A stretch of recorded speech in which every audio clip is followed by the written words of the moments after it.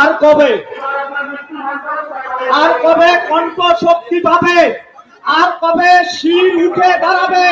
আমরা বামপন্থী ছাত্র যুব মহিলারা 11 সাল থেকে আমাদের কণ্ঠে শক্তির কি অভাব পড়েছে? শক্তির অভাব পড়েনি। আমাদের শির দ্বারা সোজা সেদিনও ছিল, আজকেও আছে।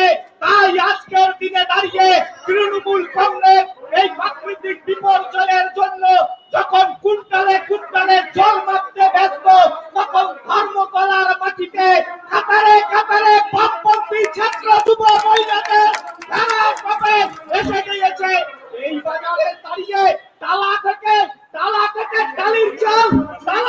টালির চাল তিলোত্তমার ষড়যন্ত্রকারীদের ছাড়বো না, এই শপথ নেওয়ার জন্যই আজকের এই মহতী সমাবেশ।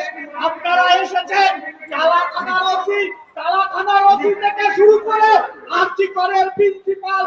আপনারা মনে জিজ্ঞাসা করবেন না নিজেকে যে রাজ্যের খাদ্য দুর্নীতির দায়ে খাদ্যমন্ত্রী জেলে গিয়েছে, যে রাজ্যে শিক্ষা দুর্নীতির দায়ে শিক্ষামন্ত্রী জেলে গিয়েছে, সে রাজ্যে পুলিশের এ ধরনের অপকর্মের জন্য পুলিশ মন্ত্রী কেন পদত্যাগ করবে না?